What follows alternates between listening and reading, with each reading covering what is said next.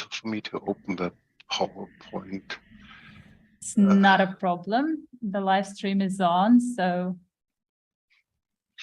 whoever wants to be the stars on the YouTube forever. So anyways, we started the live stream, we started the call. Once again, officially, hi everyone. I'm happy to see all of you on our October community call. Probably the last community call this year, because then we have December, Christmas, all the nice things. Today we have a really, really interesting and really special community call, because we have 2 topics and not 1. And those are really interesting as well. So first topic that will be presented by Thomas and Max will be the Google Cloud integration. I wonder if I need to give you some host rights. Can you share your screen if you need to share it? I think I can. So let me just do it. It's amazing. If you need me to, oh, great. Seems to be working. Yeah, it seems to be working. Just takes a moment. So okay. I'm passing the torch to you. Thank you. And welcome also from my side to everyone in today's community call. As mentioned by Sarah, first thing is about the Google Cloud Platform, some new integration we are developing. And let's basically start with what we have done. So AWS and Azure was done a long time ago in 2018. At that time, that was mostly requested. Now we see more and more people asking us for Google Cloud Platform support, so GCP support, and we will add it as part of our Checkmk 2.2 release.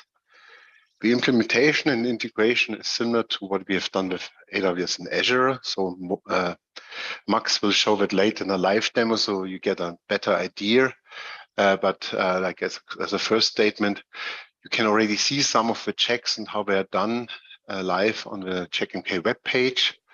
At the moment, those are only checks available to everybody with a CEE. As some of you might know, we will also introduce a new Checkmk edition with Checkmk Enterprise Plus edition, and that will have some additional checks included. I come to that in a minute. And also with CPE, the Checkmk Enterprise Plus will have also some more features around usage of Checkmk with ephemeral workloads like in the cloud, but also in volatile environments with Docker or Kubernetes or so. So that's what I listed here at the bottom. Let's jump into what checks we will deliver. So this is the list of checks on the left side, and I marked those 3, which are Cloud Checkmk Enterprise Plus related only. Our general guideline is, so for whatever you do in a lift and shift scenario, that will be part of the Enterprise Edition, and what's really cloud specific is part of the Enterprise Plus Edition. So that's how we cut those checks. And without further ado, I think it's now time for live demo, because most of you, I guess, are not keen on seeing PowerPoints, but real stuff. So let me stop sharing and hand it over to Max. So Max, you hopefully can now share.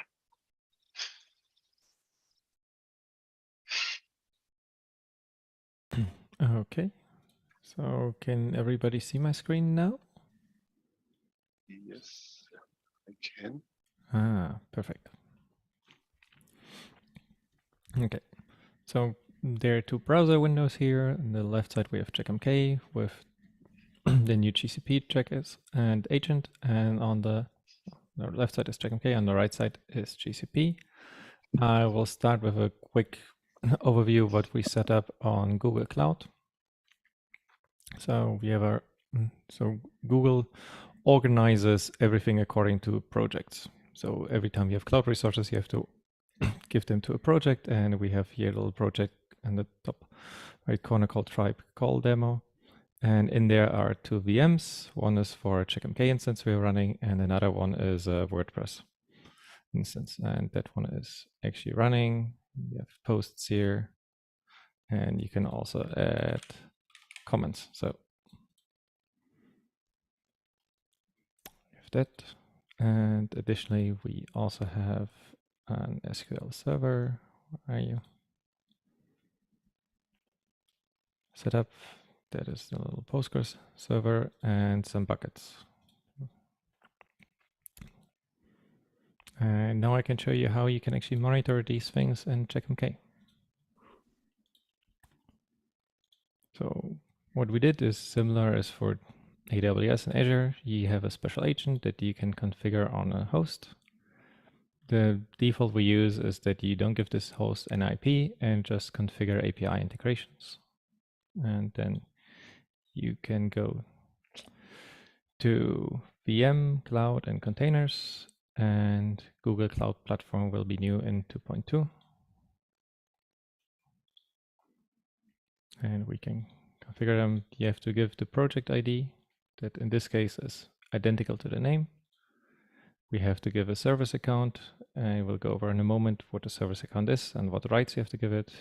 You can select the services you want to monitor. We could also monitor costs. I haven't set it up here, and you can monitor the status of GCP for any incidents that happened recently. We can look now how that looks in the host we have. You see there's a bunch of services as discovered, and they're usually sorted according to the cloud service. So we have Cloud SQL for our SQL database, GCE for Cloud Compute Engine that are the VMs on GCP, or GCS for Google Cloud Storage, which are the buckets that we see on the left, on the right here. And the way all of these things are sorted is afterwards comes the display name that we see. So for the SQL instance, that was called demo, and now we see all the checks that we have for the demo instance.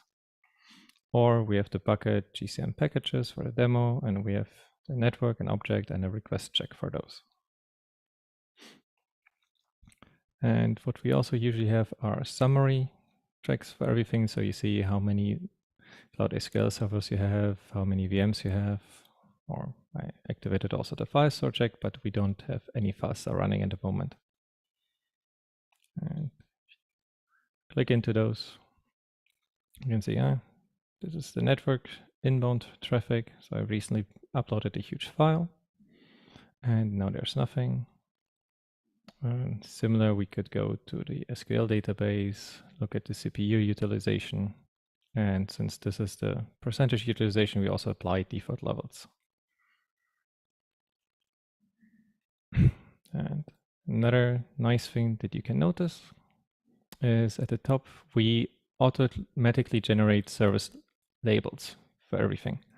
And this is done based on data from GCP. So for SQL databases, we show you which version you're running, what is the availability you have, what is the name, and also the location. And in this case, it's Europe West 3, and that corresponds to Frankfurt.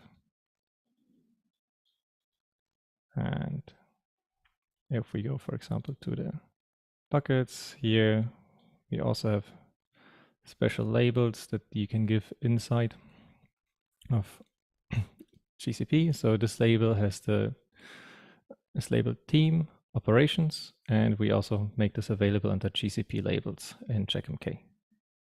So if you use labels in GCP, they will automatically pop up also in Checkmk. And you see here also some more information about the bucket. It's a standard storage class, and it's a regional storage bucket. And the location is again Frankfurt. So the way we collect all of this information from GCP is with the monitoring API, and on GCP, does it load? Yeah. Move.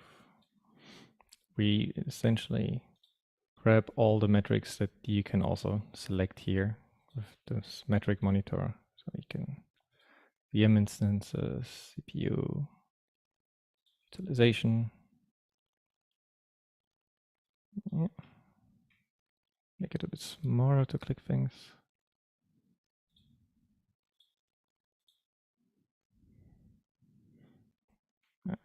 You see them also here, which is mostly idle, and there's a little bit of CPU utilization.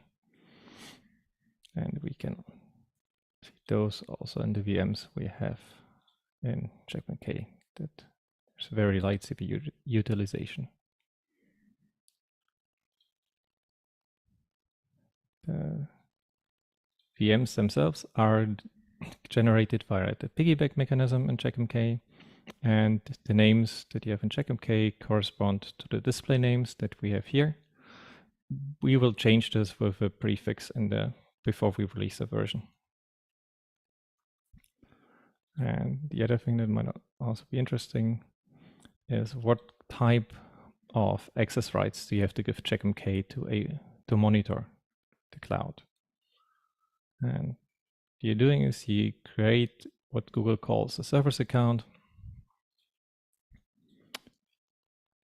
That is an account that's supposed to be only used by a computer. You can download credentials for it, and what you have to give it is the monitoring viewer rights and the cloud assets viewer rights.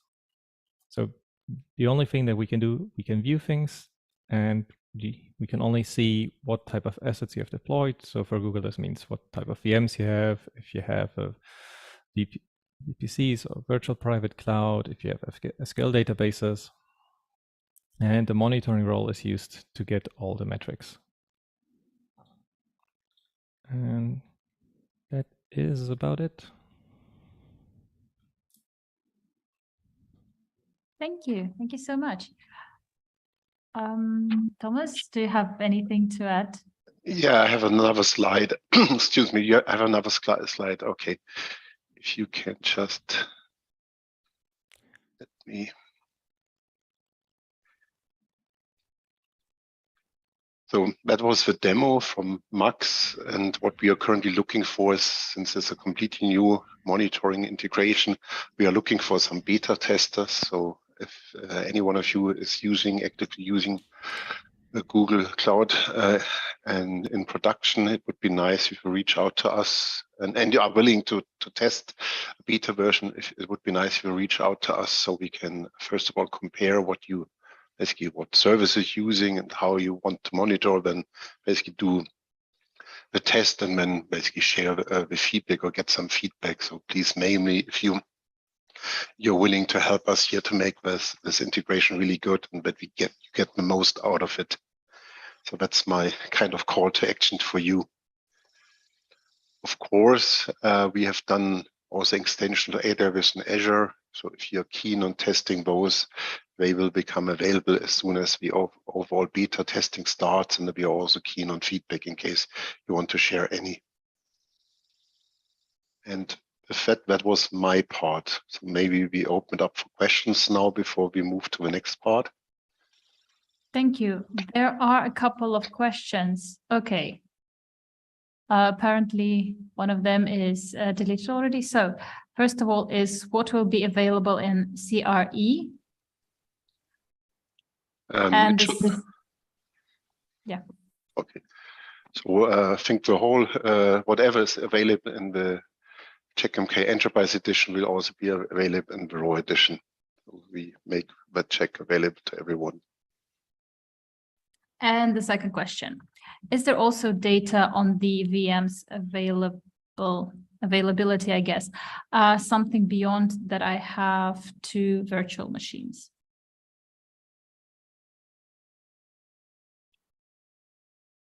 Okay, I'm still trying to understand the question. So you get metrics data from Google, which we present as part of virtual machines. If you want to go deeper, you still can install the Checkmk agent and then get all the level of information from the Checkmk agent. And those things are kind of merged together into one machine. I think the question was actually already answered by Max, because we're using the piggyback mechanism to monitor the VMs in detail. Not only the overview that you have 2 VMs, but you see the VMs themselves through piggyback data, which in the Enterprise Edition can be used through the DCD to create the VMs automatically. And in the Raw Edition, it should be possible to create the hosts manually and then still use that piggyback data.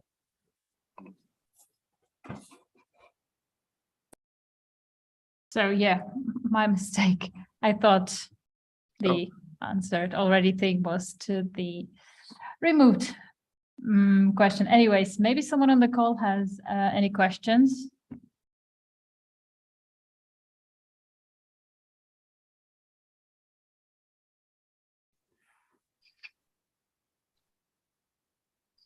And let's move to the next topic. So thanks, everyone. Yes, so there are no questions. But there is appreciation for Robin.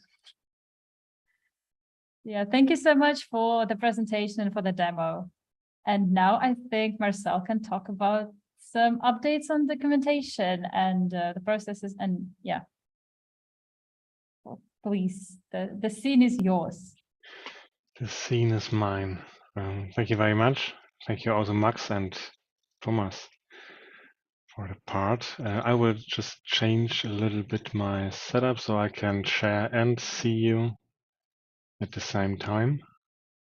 And take a look at some screen share. I have no big presentation, but an outlook of our documentation. So, of course, when we work on a documentation, our documentation is a living document.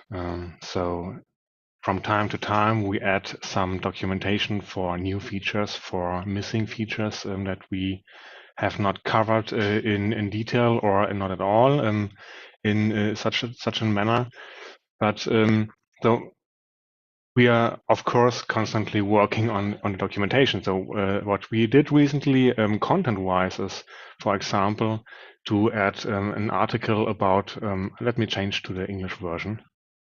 The use ports by Checkmk. So this is quite an obvious thing, but what we hadn't it in the documentation for quite a while.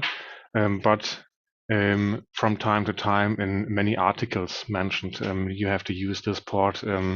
Distributed monitoring is using 6557 and so on. So now we bundled all this information in one article and made it available in this place. And we did quite the same for some other things. We filled some gaps, like the spool directory of the agent. Some of you may know this functionality, but if you are interested, you can now take a look at yourself how to spool information through the agent. And other topics would be the labels. So you have raised the question in the past, some of you at least. Okay, if I install Checkmk, what built-in labels do I already have? What can I use? And what can I expect when I implement some applications or operating systems in my Checkmk? And some of them are mentioned by Max. And we have, of course, a lot more of them. And this is also covered in a specific part of the documentation. We have, of course, optimized our existing doc and added new features. For example, we are working currently on the rework of the appliance documentation. We are working on a more specific documentation, what is meant by stale. I guess all of you know the stale of Checkmk of services, but what does that really mean in detail? One thing the team, the knowledge team, worked on most recently has been we completely revised the basic host article.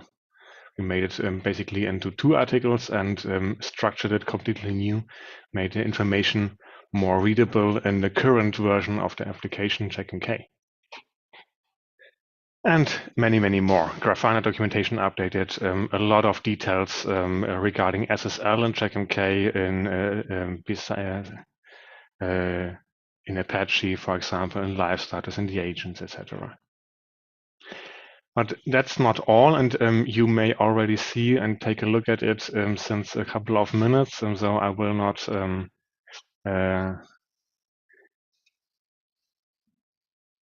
ignore that anymore. we also did some work on the look and feel, the usability of our manual. So when we shifted back in 2021 from our old documentation to this new documentation base, or to the whole new platform, we basically kept everything. We kept the table of contents. We made a basic landing page, and we added a search engine. It's called FAS, and it since it had to be up and running fastly, it was not that sufficient as it should be, I guess. So we try to cover all these three things. So I will start with the first one, the new table of contents.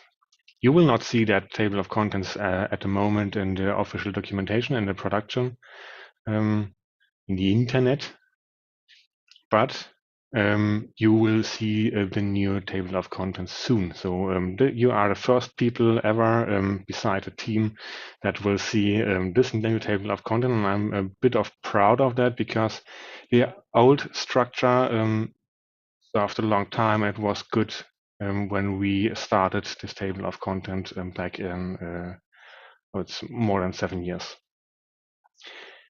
And the concept of the table of contents is still valid.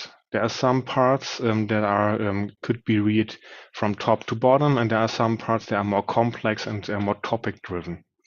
And our new structure mainly follows the same mixture of use case driven and topic driven. When you come, so I want to share with you what our thoughts have been when we designed this table of content, and you can believe me, it has been a hard work to make that happen. Even if it looks pretty, hopefully, it looks pretty obvious and easy.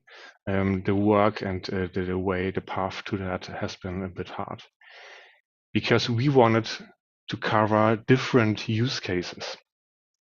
We wanted to cover the person that comes to documentation and has a specific topic, a question to a specific topic. And in this case, I'm sorry, someone feels bad. In this case, you will be sensitive to specific terms, and you will navigate by these terms because you want in the configuration do something about hosts, for example. Or you want to learn something about user permissions, and you have questions regarding that. In other cases, you have mainly a rough idea of your problem, and the navigation will be a little bit different. Your navigation will be more like you're looking for some terms that you can directly connect with your problem. So maybe you want to connect another application to Checkmk, and then you can, connection with other applications, I can see, and see integrated below that what kind of integration I can make with Checkmk. And here you see some different things in our new documentation or new table of contents. Some parts are still readable from top to bottom, like I mentioned earlier, like the beginner's guide, or maybe also the topics installation, administration, and configuration, and then monitoring. You install Checkmk, you configure it, the server, you configure your monitoring, and then you take a look at your results. It's easy as that. Other things are not meant to read from top to bottom, but more what I mentioned with the a specific question about topic analysis and prognosis, for example. I see I have a German term here. And that's about the table content. It's not finished because we are still working on some things, like when you open a specific article that you the subtopics are collapsed, for example. So you have, if you open that's pretty long, and we wanted to avoid that. So some minor tweaks and some things that are considered as basic usability. The second thing we worked on is hidden in here. And I will enter my favorite term to test the search, Kubernetes. And now we see it's quite boring because it looks quite the same, but there are some differences. The first difference is the results are much more precise than before. So I mentioned fast before, and I mentioned also it had to be up and running fastly. So when you entered Kubernetes, you would have been had much about 60 or 80 results, and I can say for sure the first result hasn't been the article to monitoring Kubernetes. So this has changed now, and this has changed because we changed the engine of our search. So a little bit insights again. We changed from fast to Lunar, and we are what's überzeugt in English? We are convinced that this is a much better solution, and this is because some of the architecture designs. So we don't have to call make Ajax calls, for example, to get the results because it's a JavaScript and implemented directly into the documentation and the HTML pages built with them. So it's much faster. It enables us in a much more easier way to weight terms. For example, say Kubernetes, the article should be the first hit when I enter Kubernetes. And much more. It excludes the table of contents on the left side, which has been the reason why you most likely had 60 to 80 results, and some more things. And that's a nice part. It enables us in general to see what parts are missing in our documentation, because you can use now the origin of the click or of the link in the URL. So we can see if you are looking for a specific term and you come from a forum, for example, or you come from Checkmk itself, or you're coming from whatever place, and we see what parts of Checkmk, what description is missing, because you're searching for that very often. And last but not least, we are more free in our visualization more now. We can, you see the first 5 hits now. You see on the bottom, there are 12 hits. When we go here, we can see the full table of hits, whereas Kubernetes mentioned, or which articles are connected to this topic. And I guess this makes it much more easier to navigate in Checkmk, no. In our documentation of Checkmk, because some of you may more into searching for what you need to take a look at, and some of you are more in the table of contents parts. Me personally, I'm more the table of contents guy, but I know a lot of people are just typing in what they think, and then take a look what comes out. So it has been important to us to make both things work in either way. And the last one, which we are taking a look at all the time, is the new landing page. And with the new landing page, we wanted to bring a little bit more excitement into the documentation. The old documentation landing page has been a little bit boring. It's just tables and rows and columns, and a lot of information that is mostly not needed. So when you come to documentation, you are most likely one of 3 different types of users. You are either completely new, you may be already a user of Checkmk that is familiar with Checkmk but not that deep into it, and you are or you are a veteran. you know Checkmk from the in and outside. But since we are a living documentation, it's a valid thing to take a look from time to time into our documentation. So we wanted to cover all of them in a way. So we want to guide the new Checkmk users. If you are in this call and you look at stream or the recording afterwards and you are new to Checkmk and you don't know where to start, just take a look at the documentation. You are new to Checkmk, you can start here directly. You are not new to spoiled. You are not new to Checkmk, but you are interested in all the news and you want to see what happened most recently, or what's one main thing of the new version, for example.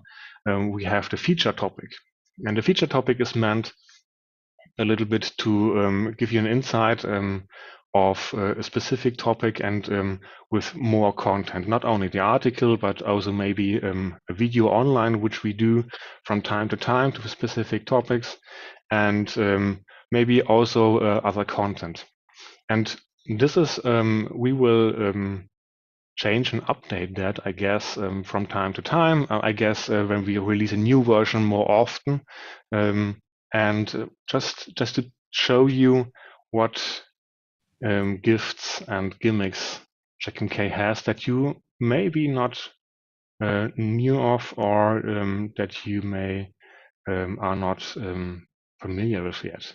If you click on, it's not finished yet, as you can see. If you click on this part, an overlay will open up. One thing that is important to me personally is you see here on YouTube, okay, the video link. But this is only the picture. The video link is only loaded if you click on it, and then you can edit this. So we are taking care, or we're taking a look at that you can, that the feel is fast, and that you don't load things that you don't want to load. So if you decide to click on this information, the feature topic, you will most likely see and want to get the Checkmk live stream, for example, that we are currently looking at, or the video that we shared with you.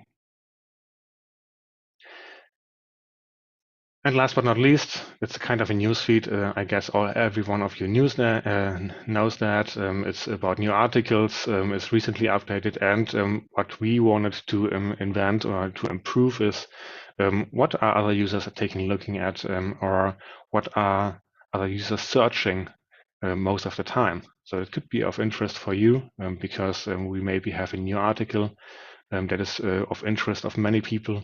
And you can see that here. So now I did talk a lot.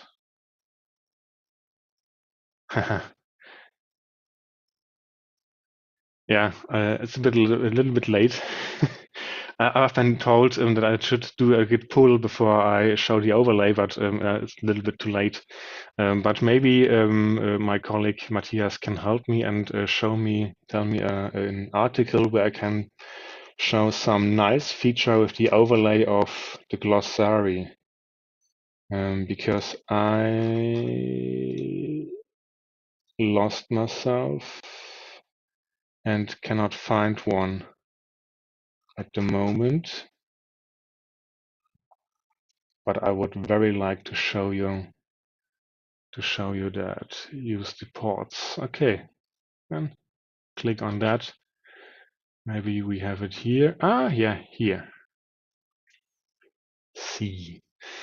Also, it's not finished from the design, but I guess it's more about the principle. If in the past, when we had links in the documentation, you had to click on it, and then you saw, okay, that's information I already know, and maybe, but maybe you had a term, and it's just the specification behind that, and what's meant with that term. In this case, the agent. And if you are interested, agent, I'm completely new to Checkmk. What's an agent? You get now an overlay. You don't have to click on this link.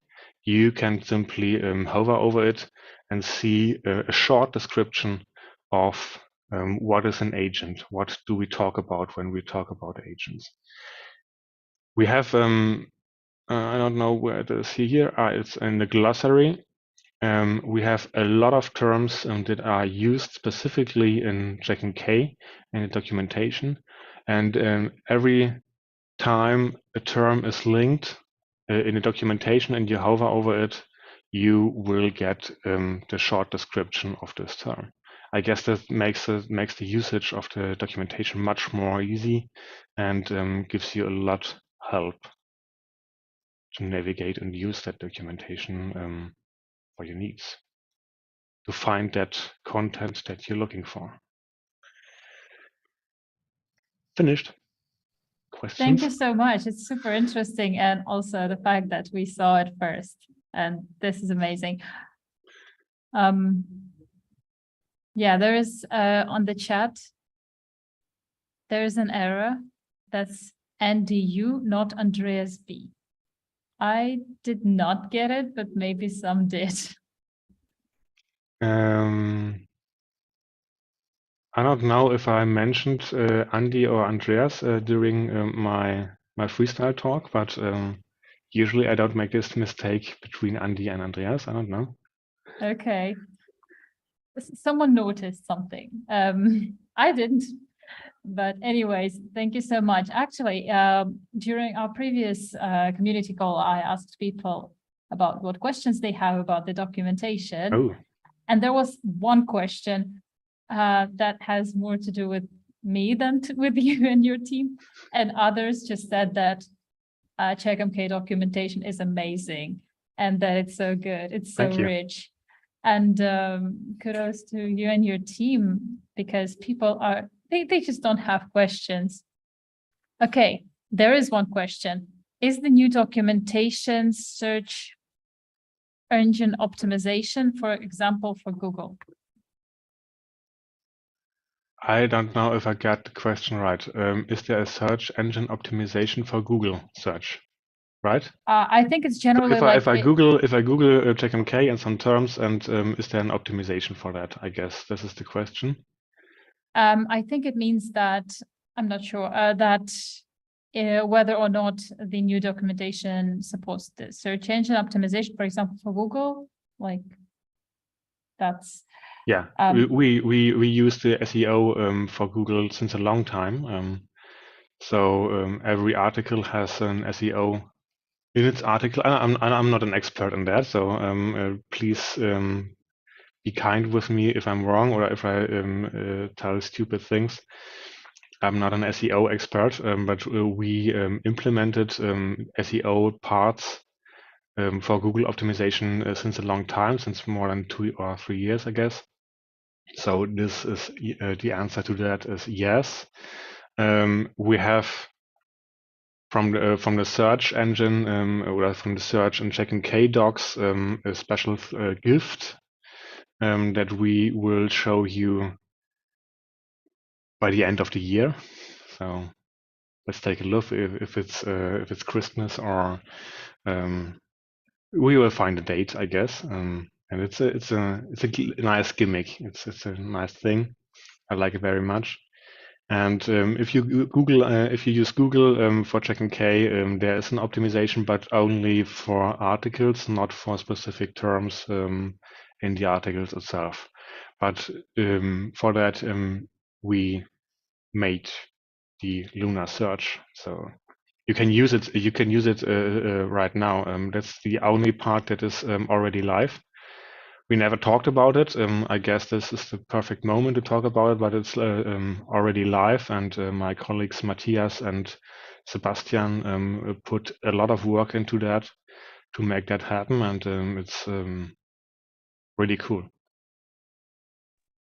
Thank you. Actually, there was a clarification that it was about the crawlers, that if it can be crawled by Google. So I think you answered this question pretty well. And there is some clarification on the Andy matter, that it was late yesterday and Andy in the master is fixed. So let's be glad about that, I guess. So I don't see. I guess that's a pretty important topic. There's a huge difference between Andy and Andreas, because these are two colleagues in our company, and one is Andreas Bösen, and the other one is Andi Umbreit in German. And of course, we see here on this picture, we see Andi Umbreit. I don't think I have to clarify who's that person. Clearly. So yeah, I guess this is resolved. And yeah, do we have any other questions? I mean, we resolved the biggest issue here, so maybe there are some other questions. Do you think I will give the question because I'm just curious. Do you think when will the new documentation be live? Closer to Christmas or? We are mostly done. Since we are, I have to be honest, we have been working on this usage and usability thing since a long time, because we are working part-time on that. Obviously, we're working most of the time on the actual content of the documentation. So from whenever we have time, we work on these projects. And since we are on a state where we can show something, and we, especially Matthias, worked very hard the last days to make that happen, and to be able to show something. Thank you very much on this part and this time. I guess it's more in the next weeks than on or next days or as on Christmas. So I would be happy if we have that online very soon. So it's more like a Halloween gift rather than a Christmas gift. Got it. Yeah, the Christmas gift is something different. Okay. But since we are on a since you are the first persons in the world to see that beside the team, it's on you to tell us. Do you like it? Is there something that you really don't like? Where you say that's a no-go. I hopefully not, because we put a lot of work and a lot of thoughts into that. But maybe that's the case. Maybe we didn't saw the obvious, and so we would appreciate feedback for that, to see and to feel, are we on the right path, or do we need to change something until we put it online and usable for everyone and seeable. Okay, I guess that I will post this video with the specific link to this part of the call, so people could actually review this, review the new documentation and leave their comments and their suggestions. Oh, there is a question in the chat. Will there be an export print function? Will we be able to export the documentation in PDF? Yeah, I hoped this question would not rise up, but since we have it right now, thanks, Ralph. Currently, we don't work on a PDF export. In the past, many of you or some of you may know that we had a printed version of the documentation, so we didn't want to publish a PDF version because it would make the printed version obsolete.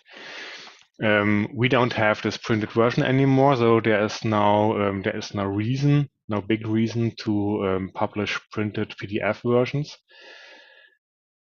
But it's not that easy, since we were, some of you may know that we're working with AsciiDoc. You can Google that. It's a very nice Markdown language that we're working with, and we adjusted and edited this Markdown language on the presentation on the website a little bit, so it makes it a little bit difficult to make PDFs. One thing I am very interested in, or that's a hard must-have for me in the PDF version, is whenever I will just open a random article. So you see a lot of first try I hit, you see a lot of links in here. And a must-have for a PDF export from my side is that a link in a document, in the PDF document, that you may print, that you have a footnote that is referring to the page of the document. It makes no sense we have a link here and that this is in a footnote a link that is not useful for you. I want to have a referrer to a page where the hierarchy of folders is described. And this is not possible with ASCII doc PDF. So we would have to convert all the markdown things to LaTeX, like Matthias already. He did not told it, but got in the same direction. So we would have to convert it to LaTeX and then again from LaTeX convert it to PDF, and that's a huge amount of work. So the answer is, the long answer is no, and the short answer is also no. It's not planned. For now, we talked about an offline version of with the complete HTML and JavaScript, and also, but that's not suitable for example tablets. So PDF would be the format of our choice, but it's not that easy. So it's not a priority since we have a lot of things to do still in the content of the documentation. And we want to do that instead of providing a PDF at the moment. Thank you. For people who are on the live stream, the comment from Matthias was, we might optimize the print stash, but it will never be as nice as LaTeX. Never. Yeah. So yeah, just for people who cannot see the chat. Thank you. That's a good note. And yeah, yay for the online documentation with no export and printing. I mean, if I put my own 2 cents in this, I've met in my life situations where people exported the documentation and used it for years and then referred to the features that were no longer there. So online's for the win. Yeah, that's another I thing. guess. That you have a snapshot of the documentation, and since every living project has a living documentation, or at least it should have a documentation at all. You have a snapshot, and you couldn't be sure that not things changed or added or deleted, and sometimes we remove obsolete features or obsolete things from Checkmk also, or make them different. Kubernetes is a best example. Usually you have the drop down with the versions in here, so but you cannot be sure that 2.1 documentation is finished and finalized. We're still working on that. We are still optimizing that. We're not in the situation of my software colleagues that are releasing a stable version and then just patching and fixing bugs. We are still adding things that are useful for readers of the 2.1 documentation or 2.1 Checkmk version. So it's a nice thing to have a PDF if you are offline or for whatever reason. But you're right, having the live online documentation is not replaceable. Yeah, also you cannot access the videos with Andy from the PDF version. So yeah, that's true. And what would it be a world without YouTube and nice videos explaining how to improve Checkmk agent in the bakery in Checkmk? Anyway, thank you so very much. Although we have a great documentation, it's also nice to hear from the people who actually create this amazing documentation. And I guess people would be very, very glad to see how the new look looks. And hopefully we'll get the feedback from them. And then hopefully we'll also have feedback on the call for beta testers for the Google. Yeah. Yeah, and one more be... time, just to make sure that everyone who wanted to ask their questions, ask their questions. Last call for questions. While we wait, thank you also from my side. Some years ago, we got a lot of criticism for our documentation because of all the missing parts, and my feeling is that changed in the last 1 or 2 years. We're getting a lot of positive feedback about our documentation, and I wanted to thank you very much for your support in this case, and for showing us that we are going into the right direction in this part of the project, Checkmk. I am also joining to the clapping hands thing. Oh, there is a question. Dirk has a question. Hi. I have a question concerning the Plus edition, Checkmk Plus edition, because I'm especially interested in the pushing agent. Do you have an idea when the Plus edition will come out? We currently target Q2 next year. Q2. Okay. Q2. So we will start our beta in maybe February timeframe. So when we think it's right for beta, and then you can start testing it. And once we are through the beta and have kind of included all feedback we received, then we'll release. So that will be in Q2. Okay. And do you have an idea about the pricing compared to the regular enterprise edition? We are currently working on that one. Okay. It must be done before we can communicate it. So please sure. be patient here on that one. Okay, sorry that I couldn't answer that question. It's still but work in progress. It won't be totally different from I mean the how it works. You're licensing for say 100,000 services, and this concept won't change. So we still license services. There's a few discussions if we have different, how to say, steps or how to kind of do this one, but this is all very, very early stages. So I wouldn't like to comment on that one.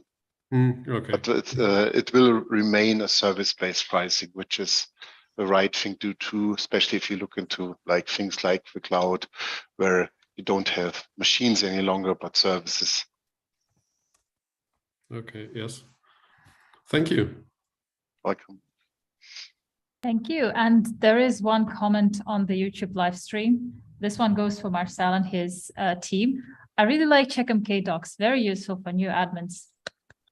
So it's a comment of appreciation. So do we have any more questions? If we don't, I think that we can end our call on this oh, no, there is a question. There is a question. Just almost missed it. Any plans to add built-in support for Arista devices? It's one of the big networking brands missing. So we develop what our customers ask for. So one first option is to make us aware of such thing is using the features at .checkmk.com portal and raise that as a feature request, and then we can see how many people vote for it. Or if you are a customer with a support contract, then you basically checks and agents can be requested from us as part of basically our checks and agent ticket dienst, and then we can make an offer and implement it as needed. So that are the two options you have. And the question is a little bit not precise because actually we have some integrations for Arista networks, or from Arista networks devices, and it would be necessary to get more into the details what is needed or what is missing.